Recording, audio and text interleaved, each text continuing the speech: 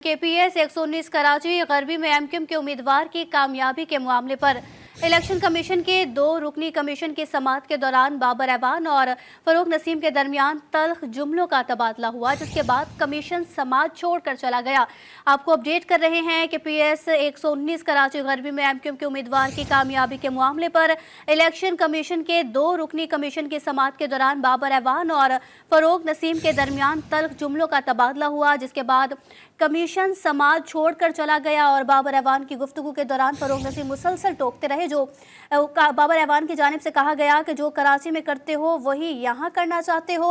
आपको बताएं कि PS 119 कराची गरबी में MQM के उम्मीदवार की कामयाबी के मामले पर इलेक्शन कमीशन के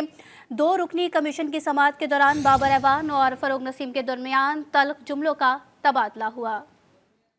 KPS 119 कराची गरबी में MQM के उम्मीदवार की कामयाबी के मामले पर इलेक्शन कमीशन के 2 रुकनी कमीशन की समाअत के दौरान बाबर ऐवान और फरूख नसीम के दरमियान तल्ख जुमलों का तबादला हुआ, जिसके बाद कमीशन समाअत छोड़कर चला गया। आपको अपडेट कर रहे हैं कि PS 119 कराची गरबी में MQM के उम्मीदवार की कामयाबी के मामले पर इलेक्शन कमीशन के 2 रुकनी कमीशन की समाअत के दौरान बाबर ऐवान और फरूख नसीम के दरमियान तल्ख जुमलों का तबादला हुआ, जिसके बाद कमीशन समाअत छोड़कर चला गया और बाबर ऐवान की गुफ्तगू के दौरान फरूख नसीम मुसलसल टोकते रहे। जो बाबर ऐवान की जानिब से कहा गया कि जो कराची में करते हो वही यहाँ करना चाहते हो। आपको बताएं कि PS 119 कराची गरबी में MQM के उम्मीदवार की कामयाबी के मामले पर इलेक्शन कमीशन के 2 रुकनी कमीशन की समाअत के दौरान बाबर ऐवान और फरूख नसीम के दरमियान तल्ख जुमलों का तबादला हुआ।